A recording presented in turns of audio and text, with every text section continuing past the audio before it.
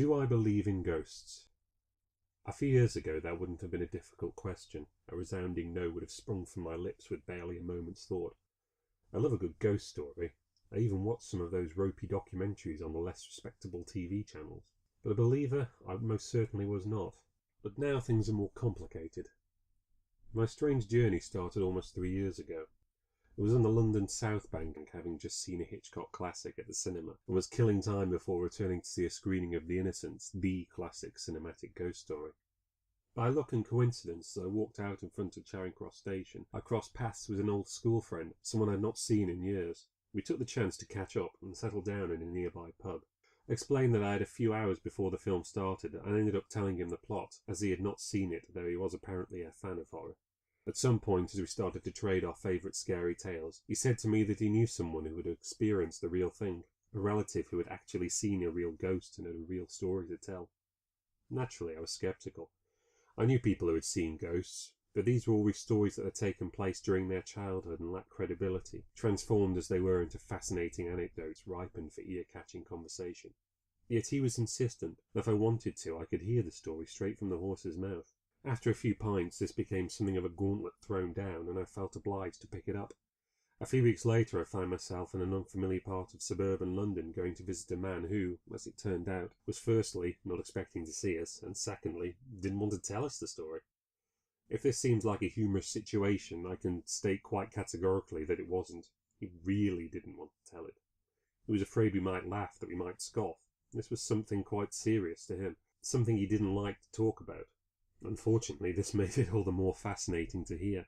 I'd only really accepted the invitation out of kindness. Now I really couldn't wait to hear what the man had to say.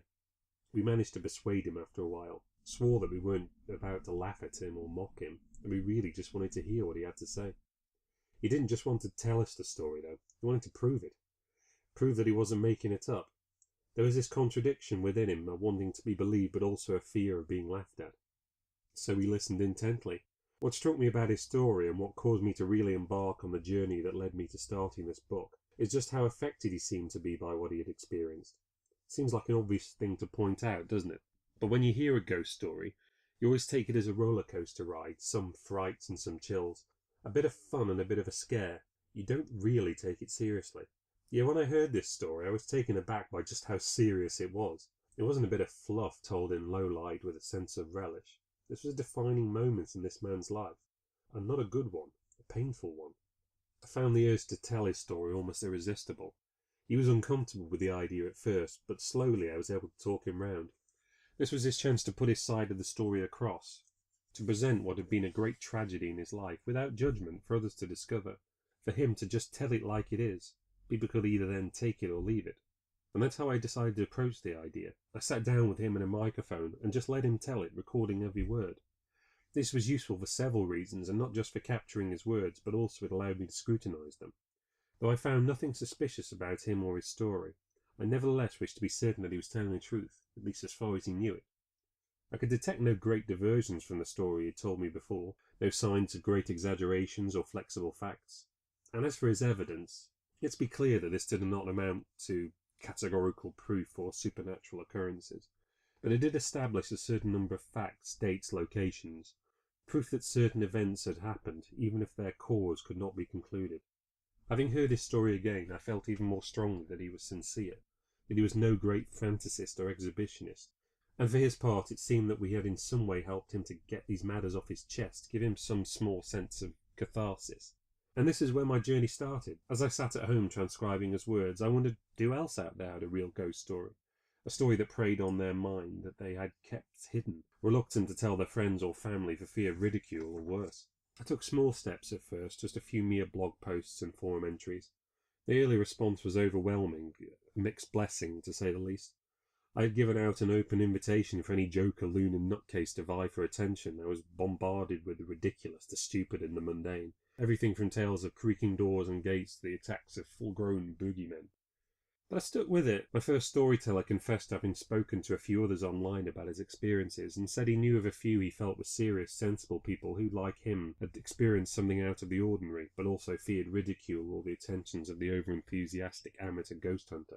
Some of these became my first subjects and gave me confidence that the whole project was worth undertaking and worth the work. It hasn't been easy picking through the heavy correspondence, trying to separate the honest voices from the dishonest ones. I've come dangerously close to being fooled and wasted a great deal of time chasing people who it turned out could not be relied upon, if not lying outright, but being obviously very liberal with the truth. I've applied some technique to my recording of the stories that follow in this collection. I can't say that I've been very scientific. I have tried simply to approach each case with my best judgment. I've asked for every story to be told twice, sometimes on paper, ideally at once on tape, so that I could compare and examine their words, searching for any reason to doubt them. I've required some kind of evidence as the minimum criteria for any sustained contact with anyone claiming to have a story to tell. This evidence could be anything from receipts to train tickets, emails, photographs, just small things to ascertain dates, locations, anything to tie down certain facts and to deter tellers of fiction. In some cases I may have refused to speak to people with honest stories because they lacked any items of proof. I sincerely apologise if I've offended anyone, but this has been a difficult process with many a trap to fall into. I've just had to be ruthless. What I present here are 11 stories amongst the many hundreds I have heard and attempted to investigate. These 11 stories represent what, as far as I can tell, are the most truthful accounts amongst those I've heard. Truth is a slippery thing, and upon reading these stories you will undoubtedly feel this also. There are extraordinary things written within these pages, things I could not believe, things that go beyond what goes bump in the night. You may be sceptical, you'd be foolish not to be. Yet in each case I've done my best to probe each subject, question them and challenge them. They have remained firm in their convictions, backed up much what they have said, and proved themselves within a certain reasonable doubt to be rational, sane people. You'll probably come to doubt this, and this in turn will be revealing. What these stories may say about the tellers, if they are not true, is almost as fascinating as the possibility of them being entirely factual. What follows then are the edited transcripts of interviews, all the written accounts of 11 subjects, printed here with as much fidelity as possible. I have avoided editing them unless absolutely necessary. I have removed any interruptions or any great diversions from the story, but only with great reluctance. I have striven to offer the complete testimony of each subject as authentically as possible. Ensuring the confidentiality of each subject has been paramount to me throughout this whole project. Certain names or locations may have been changed or simply omitted to help protect their confidentiality. The people who tell these stories did so at great personal risk, and I am extremely grateful that they have put their trust in me. It is possible with the tool of the internet to investigate, to form hypotheses, and to put great effort into tracking down these individuals. In one case, the teller of the story will be so easy to ascertain that masking it was virtually pointless.